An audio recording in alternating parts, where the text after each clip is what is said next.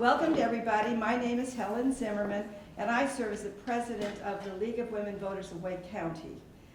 We're very happy to see all of you here tonight for this important occasion. We think this is an important topic, and we're just excited about this. The League of Women Voters of Wake County is a nonprofit, totally nonpartisan organization. Our mission is to empower voters and defend democracy. The 2024 general election is right in front of us. November the 5th is the day, and early voting starts tomorrow, so I guess I'll be there about 9 o'clock in the morning so that I can vote early. But tonight we're going to talk about the importance of judicial elections.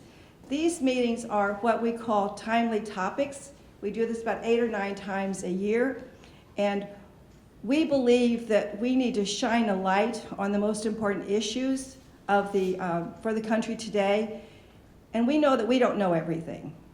Sometimes you may think that we do, but we don't. So we bring in the experts and talk to them and have them explain things to us so that we can all learn together. And we're very excited tonight that we can do this, and we have partners tonight, which is great. Meredith College, who has put this beautiful venue, and the League of Women Voters of North Carolina. We're so pleased to have our betters be with us and participate. And so I'm going to introduce to you Jennifer Rubin, the president of the League of Women Voters in North Carolina, and she's going to introduce the other folks. Thank you so much.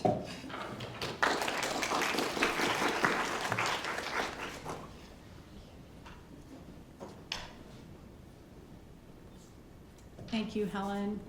Can you hear me? Is this good? Yep. Okay. It's a pleasure to be here and welcome you on behalf of the League of Women Voters of North Carolina.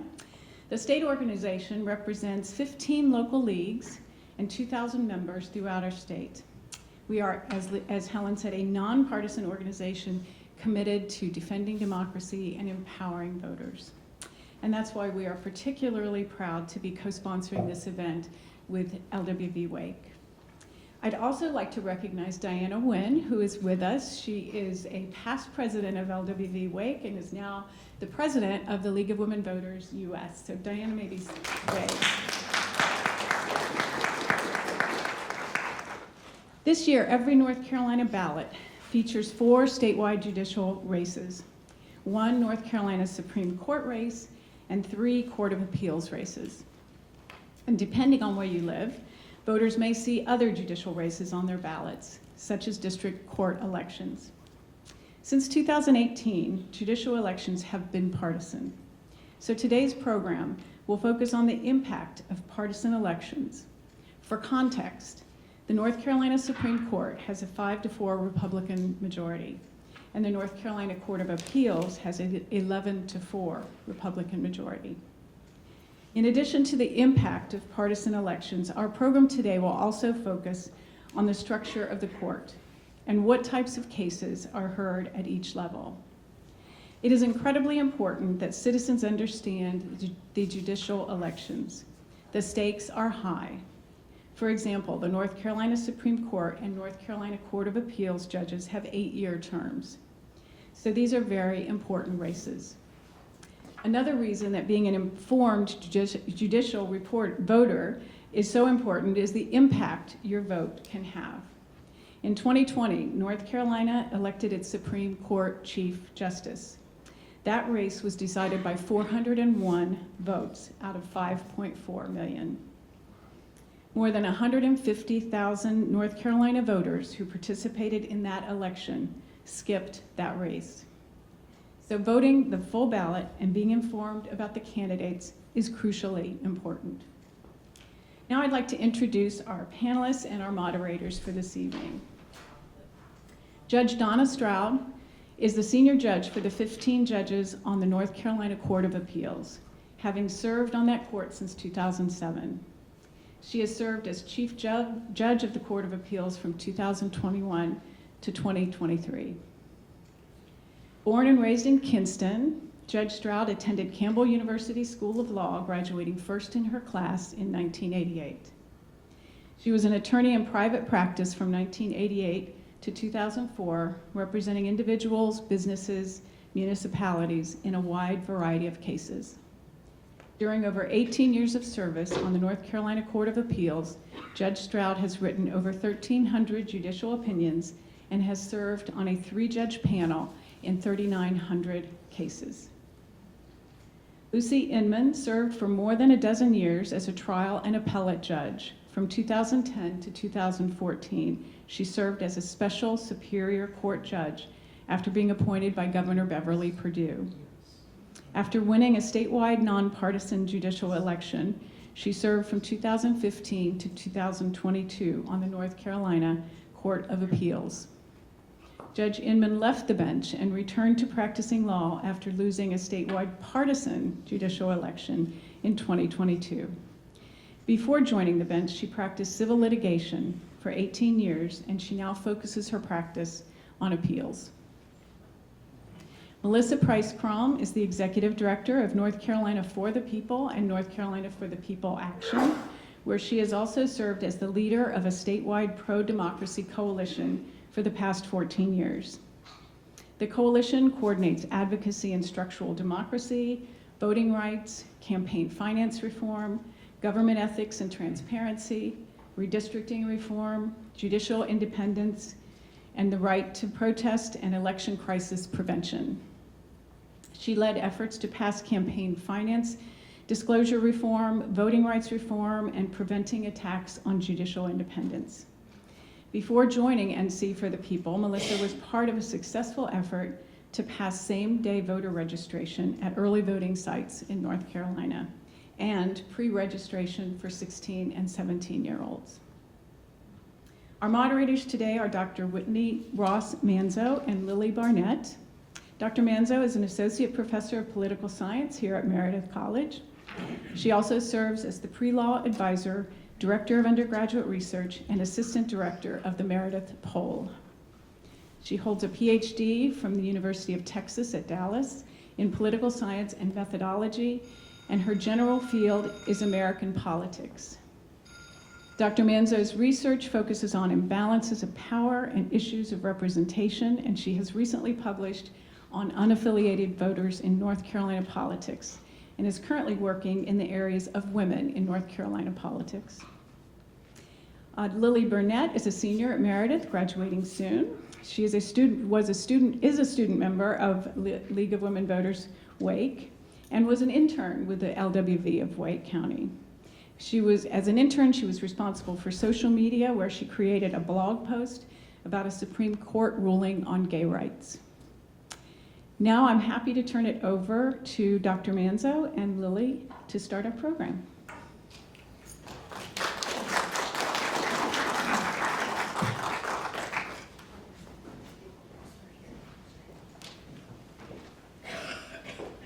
Thank you so much, everyone, for coming. I'm Whitney Manzo, as Jennifer so kindly introduced me as.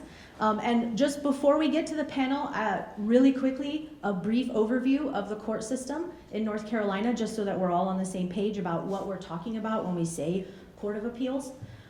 So everyone should know that there are 2 levels of trial court in North Carolina. There are district courts and there are superior courts. District courts handle smaller cases, like issues that have property value under $10,000, or family law.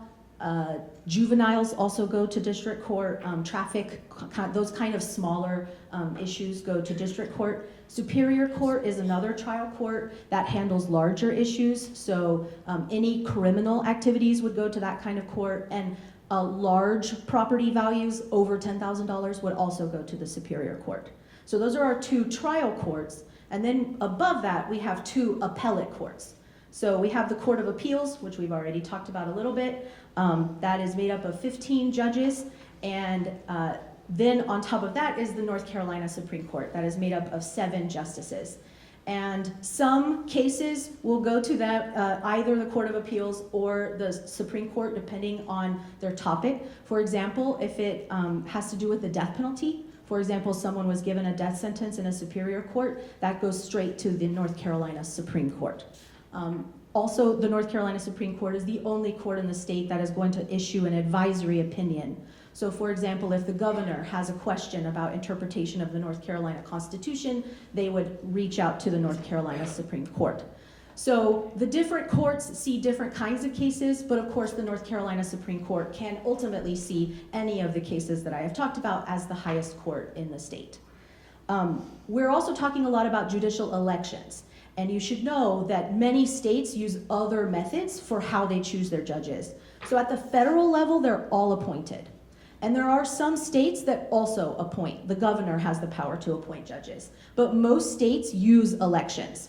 The distinction is, are they using partisan elections like North Carolina does have now, or are they using nonpartisan elections, which some states use and that North Carolina used to have prior to 2018. A third method of choosing judges, which many states have, about half of the states have adopted, is called the Missouri Plan. And what that is when an independent commission recommends judges to a nominating commission or to the governor to nominate. And the governor nominates off of that list, and then later that judge faces a retention election. So there's not a partisan label next to their name, and there's not another candidate. It's just, do we like them? Did they do a good job? Okay, yes, then they get to keep the job. No, then we go back to the nominating commission, to the list. So there are many ways of how we get state judges in among the American states. So North Carolina is not unusual in that we have elections. It is unusual that we recently switched to partisan. So that's just a little bit of the background of the court system and how we get judicial candidates elected. If anyone has any questions beyond that, there will be some time at the end for you to ask them. But I know that you're not here to hear me, you're here to hear the panelists. So I'm going to turn it over to Lily for our first question. Hi, thank you all so much for coming. So to start with our panelists, can you please introduce yourselves, tell us a little bit about your experience, and explain what your definition of judicial independence is.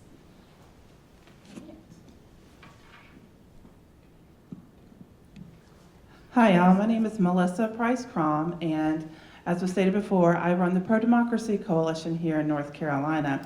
And we've been working on these issues for over 2 decades. Our coalition was responsible for the passage of the nonpartisan judicial elections with judicial public financing, which was frankly considered one of the crown jewels. Like, if you had to elect judges, it was considered one of the crown jewels ways to actually elect judges. Unfortunately, our legislature got rid of that over a decade ago. And frankly, I think that has severely impacted our judicial independence and the integrity of our courts. And so that's what I've been working on for the last couple of years, and I'll pass it down.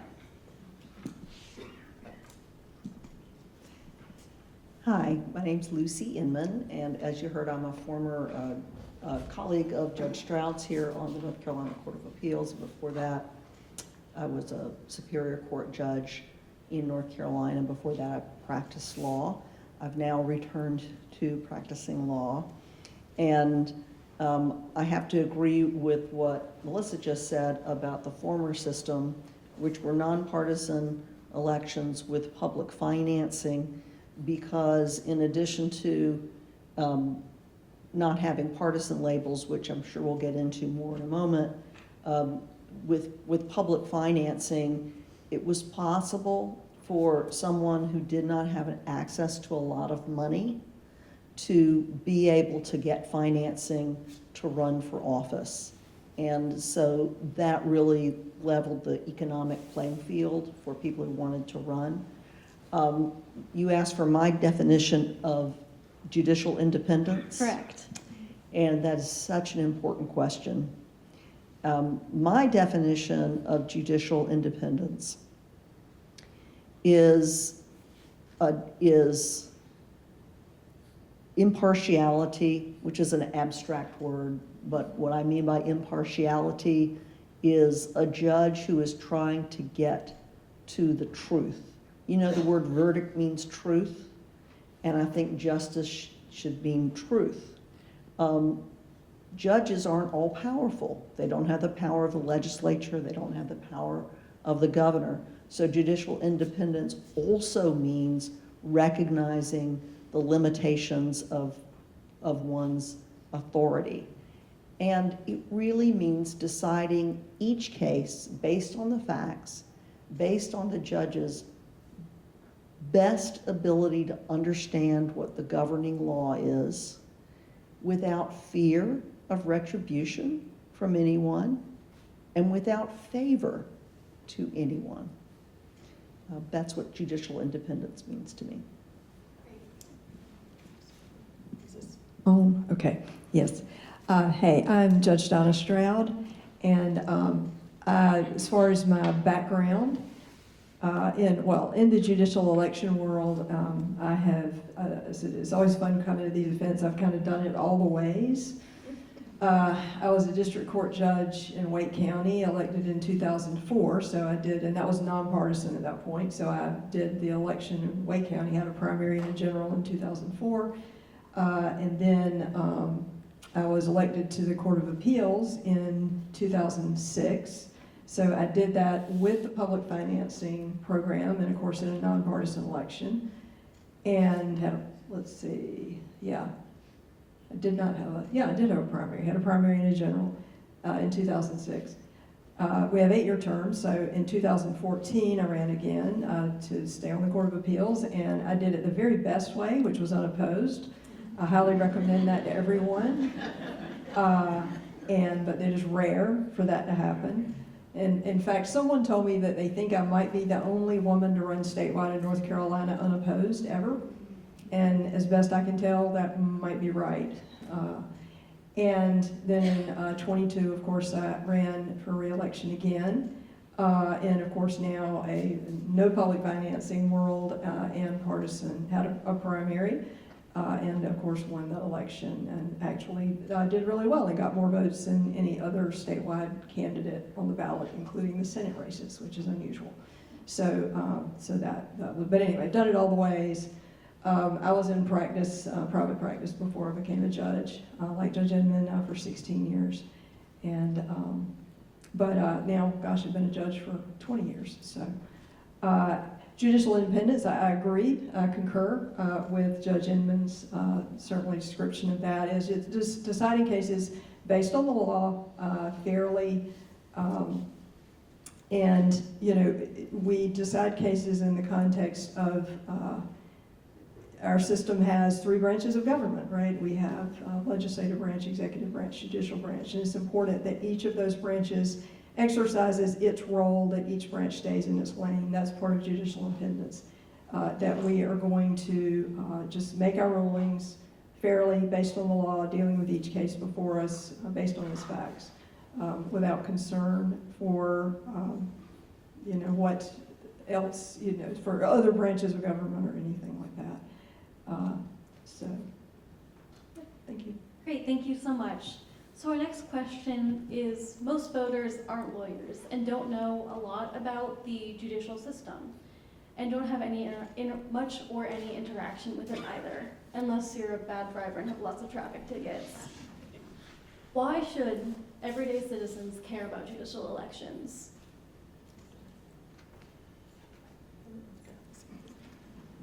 Well, one thing that a lot of people may not realize is that, okay, we do have the 3 branches of government, right? And the branch of government with the most elected officials is the judicial branch. A lot of people may not realize that, but there are more elected officials in the judicial branch than the legislative or executive branches. We have a lot of, obviously, local judges, district court judges, superior court judges. We have clerks of court, which also have a judicial role, obviously the Court of Appeals, the Supreme Court. There are a lot of courts, and we make a lot of decisions that are affecting people's everyday lives. You are much more likely to have some sort of interaction with, frankly, one of those people than you are with some of the others. And we make decisions, certainly on the appellate level, that also, we're at the Court of Appeals, we're an error-correcting court. That means, we are following the law, we're not creating law, we don't have the authority to overrule cases of our court, and obviously the Supreme Court sets the final interpretation of the law in the state. But we are working to make sure that we have a uniform interpretation of the law across the state, and to make sure that there have not been legal errors in the trial court that affected the outcome in cases. So we're trying to maintain that uniformity across the state in compliance with the law. So we have some cases that do affect other, precedential cases, that is, that other courts have to follow on the Court of Appeals, and so they can have some very important effects.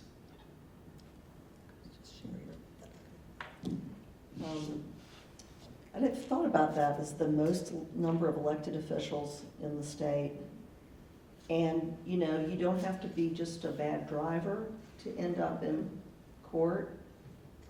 If you're getting divorced, if you're adopting a child, if you have a dispute with your landlord or your employer, people don't go to the courthouse because they're having a good day. And if you are in the justice system and you aren't a lawyer, and you're feeling very vulnerable, it's so important that the judge who's making the decisions is someone you can trust. Serving as a Superior Court judge for 4 years, I didn't realize really until I got to the Court of Appeals how much power trial judges have. They find facts, they make decisions that are very difficult to overturn on appeal. And that's because they were there, they heard the evidence. And the appellate courts don't just overturn cases easily. When I got to the Court of Appeals, I realized just how important words are in every decision that our appellate courts issue. And as Judge Stroud said, at the Court of Appeals, where she serves, where I serve, the Court of Appeals is an error-correcting court. It's not likely to say what the law is. There are cases that are called cases of first impression, where the Court of Appeals does say for the first time, this is what the law is in this context. Much more of that happens at the Supreme Court. Whether it's the amount of your utility bill, your right to vote, your reproductive rights, your rights to marry who you want to marry, your rights to have the protections under the North Carolina Constitution and the federal Constitution, all of those rights, and in those cases that are cases that set precedent for voting, for marriage, for reproductive rights, when those decisions are made, it doesn't matter that you weren't a party to that case. They affect you. It matters a tremendous amount.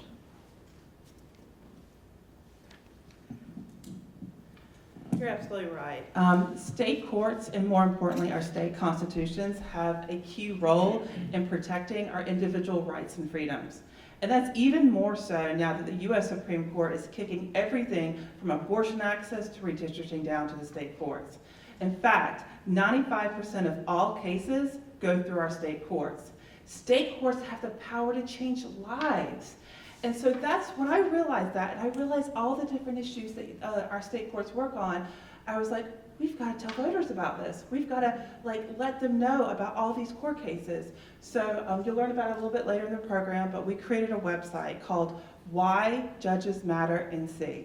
And it takes all of these issues, whether they be reproductive access, environmental issues, education, democracy, economic and labor issues, and we show you the court cases so that you can see how big of an impact these state courts can have on you. I was walking around my neighborhood a month or two ago, and a mother came up to me in tears. And she was just like, my daughter doesn't have a 5th grade teacher. Half the kids at our elementary school didn't have 5th grade teachers. And she came to me because my daughter didn't have a teacher for most of kindergarten. And as we've heard before, our education system in North Carolina is woefully underfunded by our legislature. And, I care about this issue. I'm a mom. and I've got a child in elementary school. So as a voter, you know, if I was to check out our website, Why Judges Matter, and see, I would click on that education button, and I would learn about a case called Leandro, and that's about education funding. Now, that's going on right now, and that would be my impetus. Okay, I have to go vote, and so. Thank you. So, can you explain more about the different kinds of judicial panels that rule on issues? When is it one judge, when is it 3 judges, and when is it a full court? Right, so, is that on? No.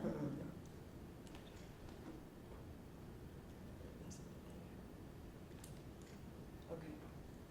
Is that, okay, there we go, very good. Okay, so at the different levels of court, our trial courts they decide cases with one judge. So our district courts and our superior courts, they're just like when you see court like on TV, something like that, you see a jury sitting over there in the jury box perhaps, and witnesses sitting up there testifying, that is a trial court, and there's one judge presiding in a trial court. So that judge is going to preside over that trial. There are also situations where that judge is going to make rulings independently. They have different types of hearings. There might not be a jury, but the judge is making rulings on different legal issues and sometimes different factual issues, depending on the type of case. So our trial courts all operate with one judge making those decisions. So then we have, about, I think, I know you may know the numbers, but about 3 million or so cases come through our trial courts in North Carolina at this point. It's just a lot of cases. Then if a party in one of those cases, and some administrative agencies as well, have their own hearing processes, but I'll just talk about the trial courts here. Someone wants to appeal. They think there's a legal error made in their case. When they can file a notice of appeal, and that's how something gets to the Court of Appeals. And we'll have around probably about 1,000 appeals filed each year. So as you can see, the vast majority of work goes on in the trial courts and doesn't make it to the Court of Appeals. And so we hear cases in 3 judge panels. There's 15 judges on our court, and we sit roughly for a new panel about every 2 weeks. We get a set of cases, usually 12, every 2 weeks. And those panels rotate over time. So I don't sit with another judge like all the time. We have a statute that says that our panels are going to rotate randomly over time so that each judge sits with every other judge as much as we can work it out practically over time. So those panels are going to rotate continuously. So we sit in 3 judge panels, we hear our cases. If you are interested in how we do that, you can look on the nccourts.org website. You can see there, we have electronic filing at the court. You can look up briefs, records, our calendars, our dockets. So you can look on there and you can see what's being heard. And we also stream our oral arguments at the court on YouTube. So you can go on YouTube and you can look at oral arguments at our court or the Supreme Court. And of course we have them on there archived also, so you can look at previous arguments. So you can see what we do there. So that's at the Court of Appeals, the 3 judge panels. We then issue written opinions. All those written opinions are also available. You can look those up. And then if someone then wants to take that on to the losing party in a case at the Court of Appeals, might ask the North Carolina Supreme Court to review the case. Now, they used to have a right of appeal based upon a dissent. That is, we have 3 judge panels, and if 2 judges went one way and 1 judge went the other way, they wrote a dissent. The party who lost could appeal to the Supreme Court based upon that dissent. That has just recently changed. So there's not a right of appeal based on a dissent anymore for cases that were appealed after a certain time. So it will just be purely discretionary for the North Carolina Supreme Court to take cases. But a person can then ask the Supreme Court to review that case, and then the Supreme Court may or may not grant review of the case. They typically grant a very small percentage, just like the United States Supreme Court grants a very small percentage of the cases that people ask it to review. And of course at the Supreme Court, the whole court hears the case. So those are all done by all the justices hear those together. I'm going to add just a little bit to that, but thank you for doing the heavy lifting, because that's a lot. That is a lot. And I will say, Judge Stroud was a district court judge before she came to the Court of Appeals. I was a superior court judge. I never knew how hard district court judges work until I was on the Court of Appeals. They are, district court is often referred to as, the less serious cases, but district court judges decide custody of children. District court judges decide things that really you can't put a dollar sign on, and the judges have to do it without a jury. In superior court, the juries usually make the tough decisions, and the judges are more calling the balls and strikes. There's one instance in which, or there's two instances in which superior court judges do decide cases in panels of 3.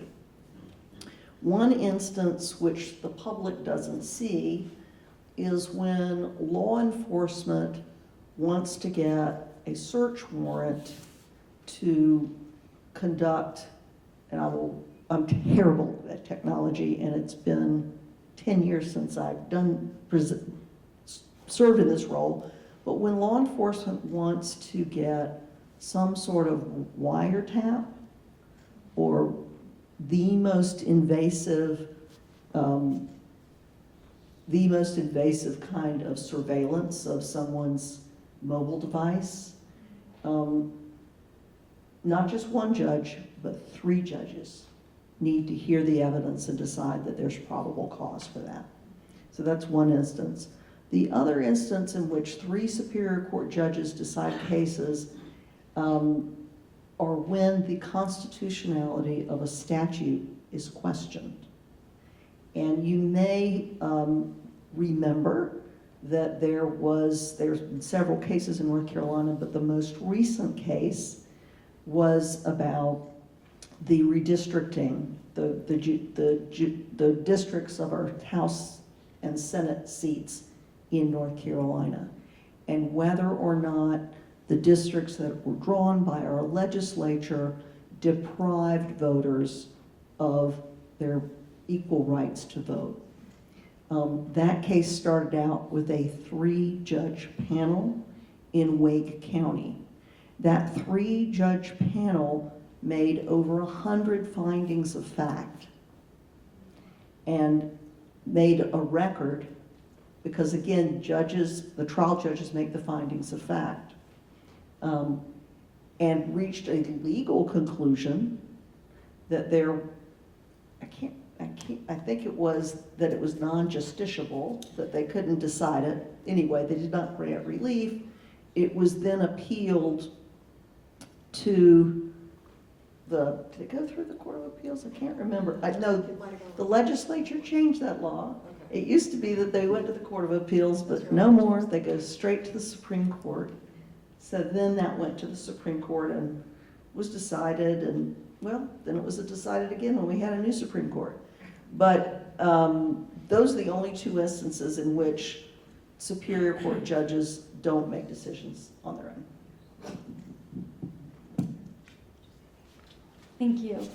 So my next question is, as a judicial candidate, obviously Melissa, you still might have some input even if you weren't a judicial candidate. How have you navigated campaigning for the support of your party while still promoting impartiality? You want me to?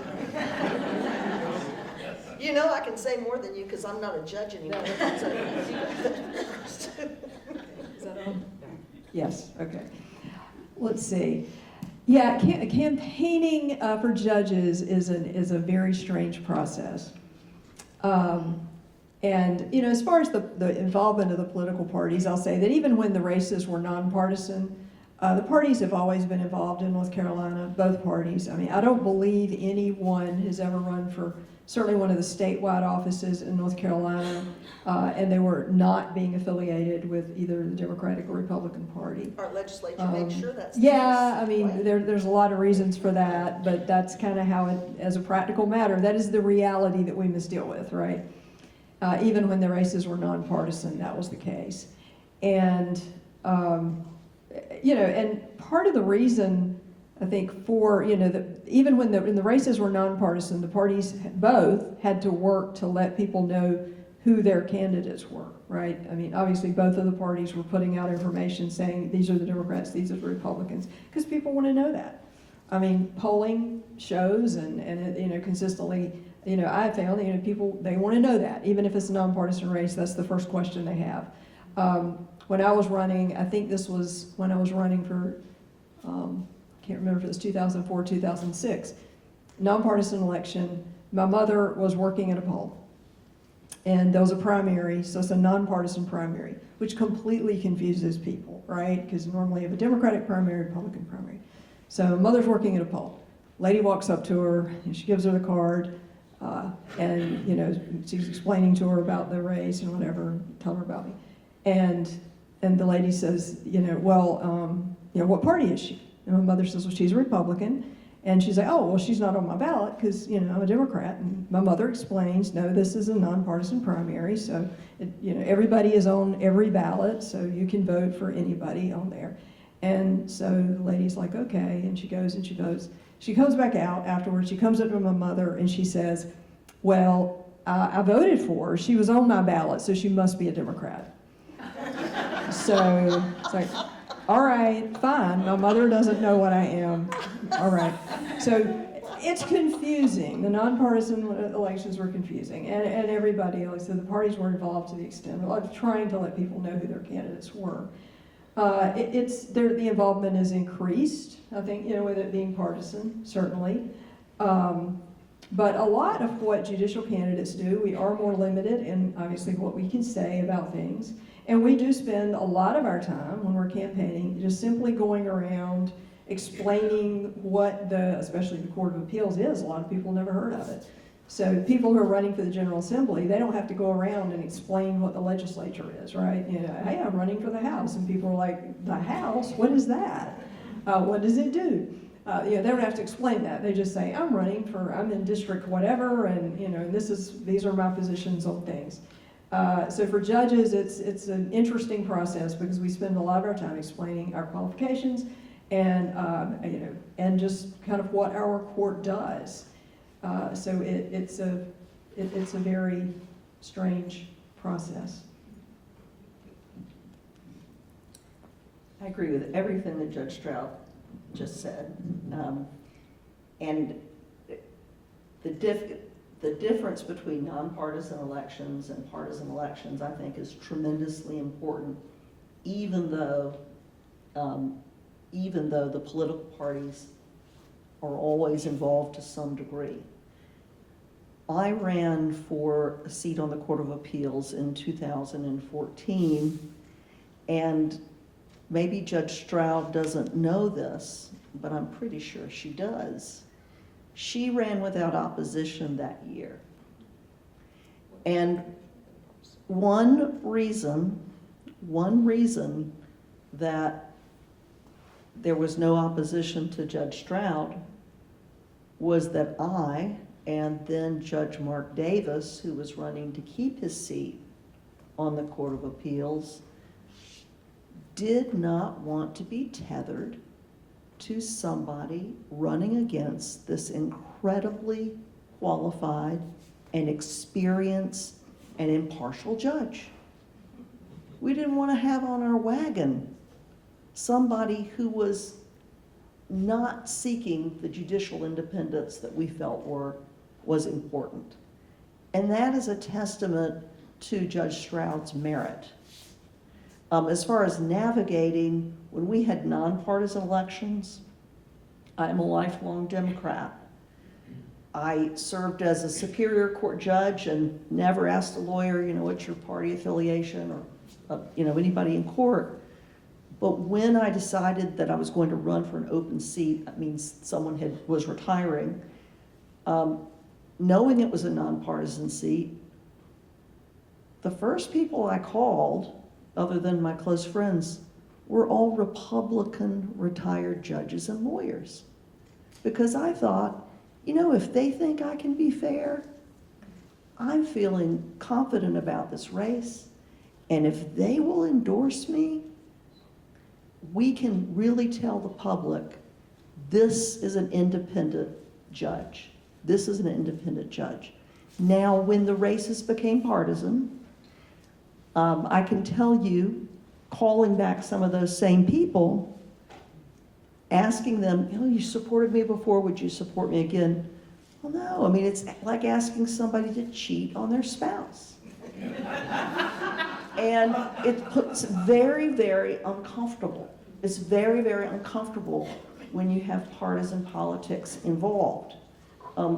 Also, and I'm sure this is the case in the Republican Party, certainly in the case of the Democratic Party, people running for the legislature, running for the executive branch, can talk about their policy goals, can talk about laws they want to pass, things that they want to make different about the law.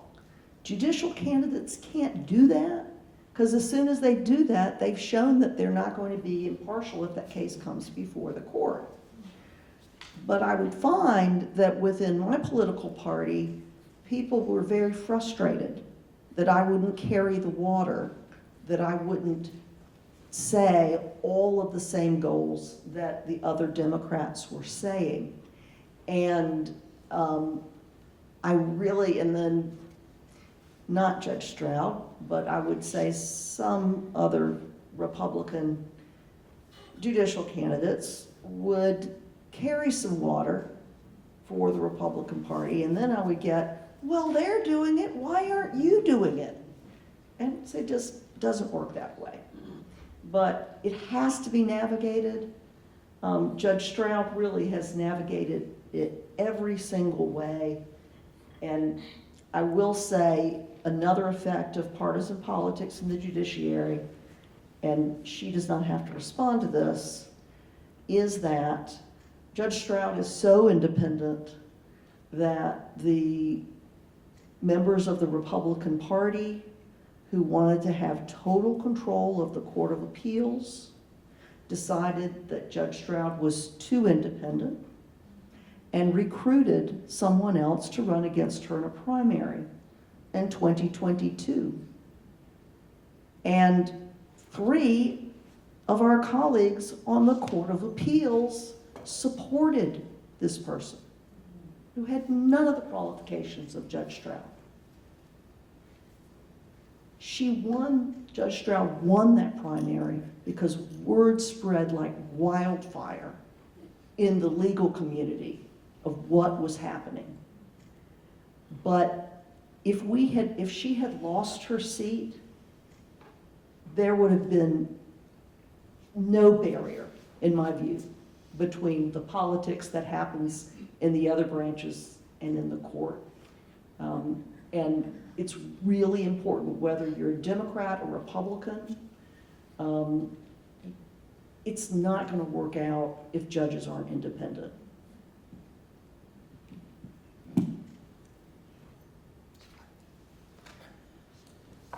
I'm not a judicial candidate, so I can't speak directly to this, but what I've always told folks is that judges don't wear red robes or blue robes. They wear black robes because they're there to uphold the rule of law. And that's what we need to remember when we're thinking about judicial independence.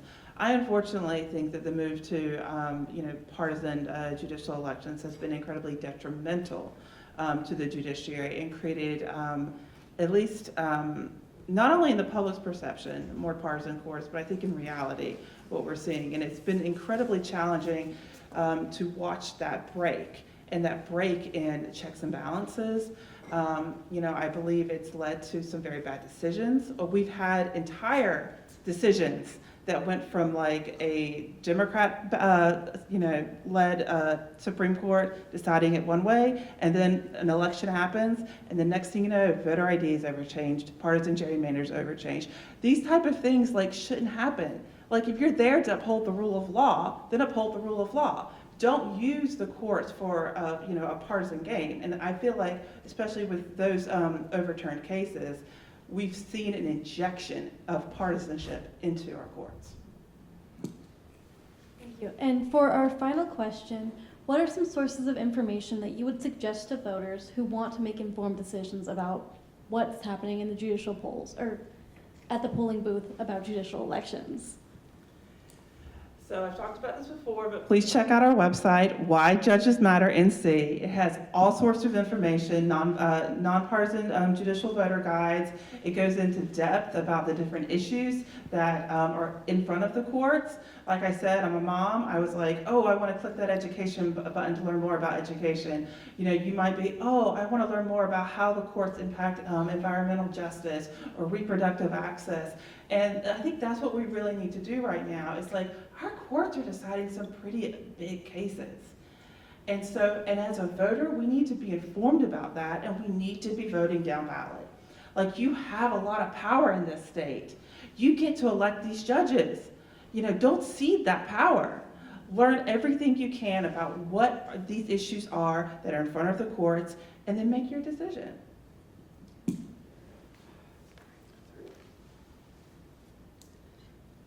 I highly recommend, is this working? Yeah. I highly recommend the Why Judges Matter website as well, the NC Courts website that gives you information about judges. I also recommend a nonpartisan voter guide. I don't know if the League of Women Voters publishes this. It's one of the most objective pieces of material you're going to see. It has a description of each candidate that candidate has submitted. That candidate has submitted their length limits and all that, which you see what a candidate has chosen to write about themselves. You see what a candidate's background is. That gives you so much information about that candidate. And I just beg of you to please check whatever your political affiliation is at the door when you go to vote in judicial races. There are some decisions that judges I highly respect and I think should remain in their seats. There are some decisions that those judges have written that go against every policy wish of mine. But they came by it honestly. They made a decision and they followed the law. I get concerned that we are looking at the courts like we look at the legislature and say, well, if this judge wrote a decision that went a way that I don't like, I'm not going to vote for that judge, because that's not about judicial independence. You need to look at, if there's a decision on the Court of Appeals or the Supreme Court, if a dissent is written, that means another judge is disagreeing. Nobody's got the time. I know you're not lawyers to go read these decisions and these dissents. But if you hear about one case that seems to be having a lot of impact, like the Leandra case on education or the partisan gerrymandering case, do what you can to see if the candidate seems trustworthy to you is most important, I think. But again, the League of Women Voters Guide is very important information, because you can tell a lot about a candidate from what they say about themselves. Thank you. The link to that is vote411. Is it .com or .org? Vote411.org.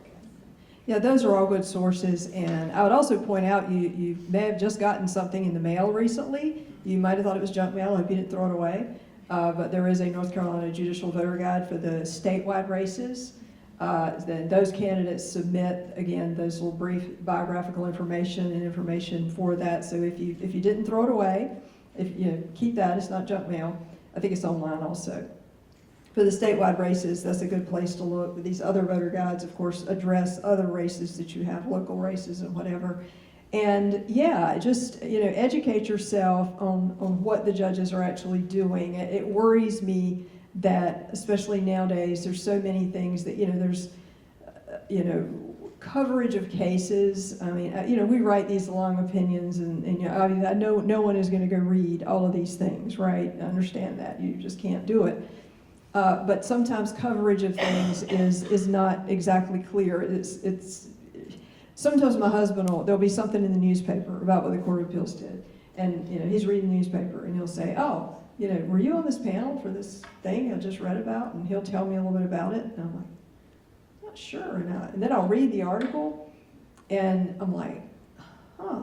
And then I'll look it up, and it's like, "Oh, I was on that case," but the description of it was such that I didn't recognize it until I went and looked it up. Now, that doesn't always happen. Sometimes the coverage of them is good and accurate, but sometimes it's not great, and that's even for news articles. So some of the stuff you see, it's like, just if you see something really strange, follow up on it and see if it's real. But these are good sources, though, to find out about the judges. And I would also say to all of you, you are now more informed than most people by far about judicial elections and where to find information about them. So I would encourage you to let your friends know about that. If they haven't thought about the judicial races, they might be thinking, about other races on the ballot that people are interested in right now, and they haven't given a lot of thought to the judicial races. So, let them know that, hey, there's some other stuff on there. It's really important. You need to find out about it. And, help us get the word out about, where you can look up your information so that you know who you're voting for, and it's not just, who's got the prettiest name. There's one of the other judges on the court who told me that her mother, who's elderly, and she was talking to her mother about, how she, decided on who to vote for, and she said, "Well, I like to vote for the women," and it's like, no. Okay, and she said, "Well, what if there's two women running against each other?" She said, "Well, I vote for the one with the prettiest name." So that's not a good thing to do, okay? So thank y'all for coming and being interested, and please help us educate everyone. Yes, and thank you so much to our panelists for joining us. I just want to echo, definitely please flip your ballot over and do the down ballot races. We know in political science that the drop-off is enormous for judicial elections, down to where we get maybe 6% of voters finish the ballot and get to the end. So please don't leave these ones behind. In fact, skip the top one if you're going to skip one and go to this one. Maybe you don't like either of the candidates, but you can like judges, right? So anyway, please fill out all of your ballot. Right now we have about 10 minutes for Q&A from the audience. So if you'd like to ask a question, please raise your hand, and Lily would be happy to bring you a microphone.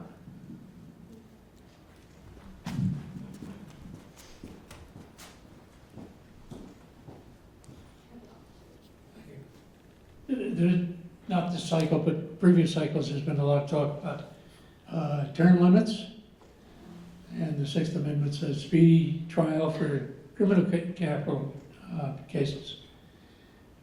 Can't this case that's gone on for 18 years, can't the judiciary draw the line and say, okay, here's the deadline, folks, best in your statement, your final statement, get it done.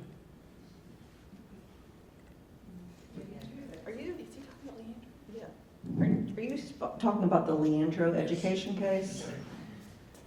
Well, that is really frustrating, isn't it? Really, really frustrating. That case went on for so long that, I just forgot David's last name. Judge David Lee, who presided in that case and wrote the I believe the Superior Court opinion ordering the school system or the legislature to appropriate funds, has since passed away from cancer. Leandro himself is a practicing attorney, okay? He got a good education. went to law school, he's a practicing attorney. That case involves issues that have not been decided before in North Carolina. And the most difficult issue is when the legislature asserts that it and only it has the authority to decide how it spends the people's money. Can another branch of government, the judiciary, tell the legislature how it has to spend its money? It's, despite the fact that I'm as frustrated as you are, and I think it's just abominable that we could have this billions of dollars in a rainy day fund and have these woefully underfunded schools, it is not an easy question to answer.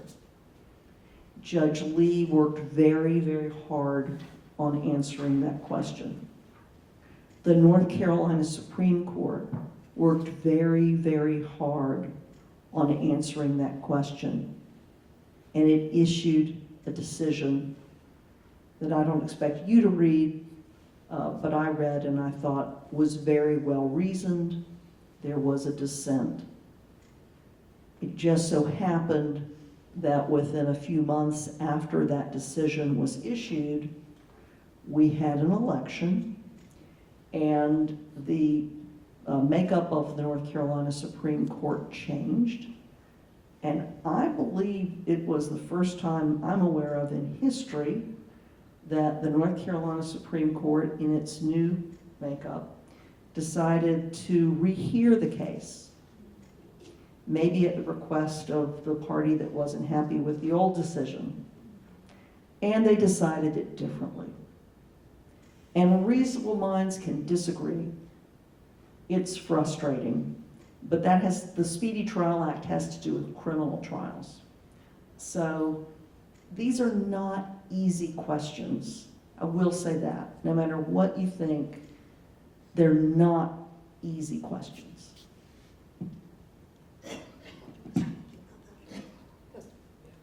Better, yeah, okay.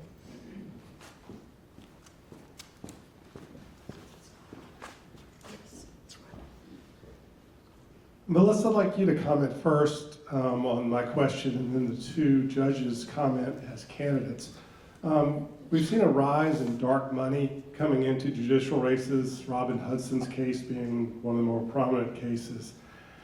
And that puts a lot of pressure on the judicial candidates themselves. And I just wonder, what can we do to lessen the impact of dark money in judicial campaigns? Because that threatens the legitimacy of the judicial independence, among other things.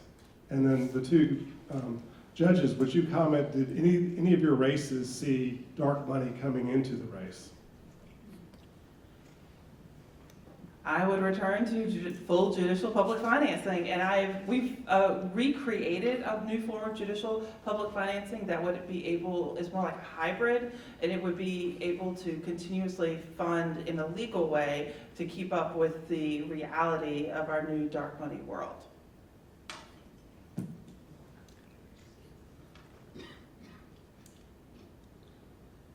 And we can thank Citizens United, the decision by the United States Supreme Court for that dark money. I don't know about Judge Stroud because she's run unopposed, but actually, no, I am remembering some very dark money, some very, very dark money. And I'll let her address that, except I will say some of that dark money was raised from sitting judges, and that is wrong. And that is illegal, and I don't know why nothing has happened. But in my case, I found myself and another justice on the Supreme Court the subject of television commercials of someone who was afraid to let her child go out trick-or-treating because I was doing favors for sex offenders. I was a friend of pedophiles. and here's a picture of a pedophile, and here's my picture. And I think the estimate was those cost about $5 million. So I couldn't possibly raise that much money. I honestly think the partisan labels matter a lot more in judicial races than the dark money. Yeah, I guess I did have a little dark money. And with some groups, you know, certainly in the primary that I had in 22. And so, which is a lot more of that at the Supreme Court level. It is certainly less common at the Court of Appeals level. So I don't, probably that's the, you know, I teach judicial process at Campbell Law School, and I always include a piece in my classes about judicial elections. And for many years, I got to say that elections in North Carolina hadn't been quite as nasty as some of the others in some other states, and I don't get to say that anymore.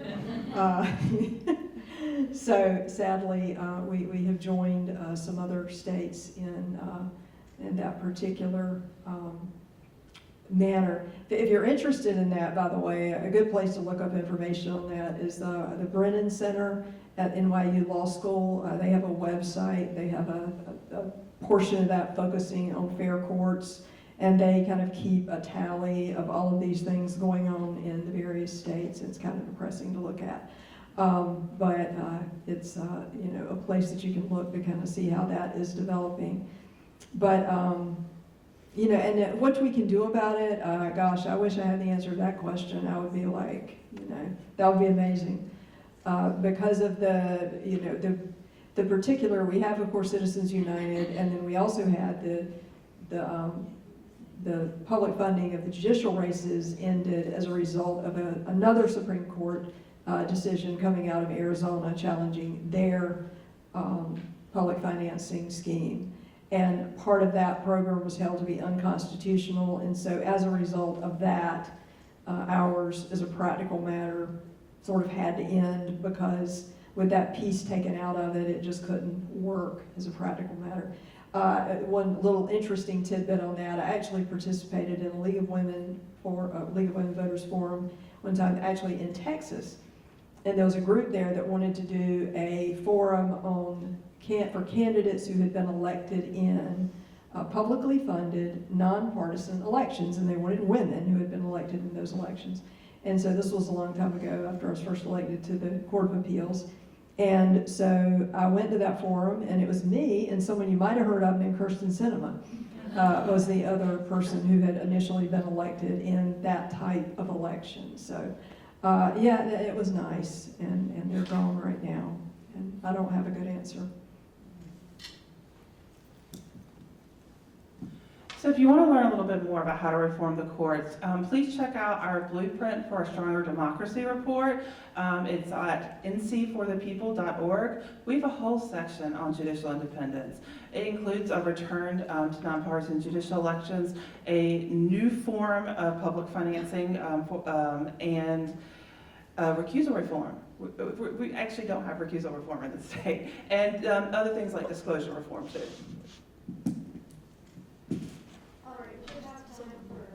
One more question?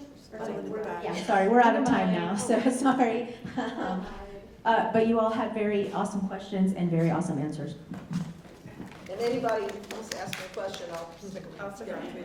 Thank you. I just want to thank you all. These are excellent, wonderful panelists, wonderful moderators, and really appreciate all of your insight and your candid response to these issues, and sharing this information. It's so important, and we hope everybody will vote their full ballot. And thank you so much for coming. Now I'll turn it over. Helen has some final words, but let's thank our panelists and our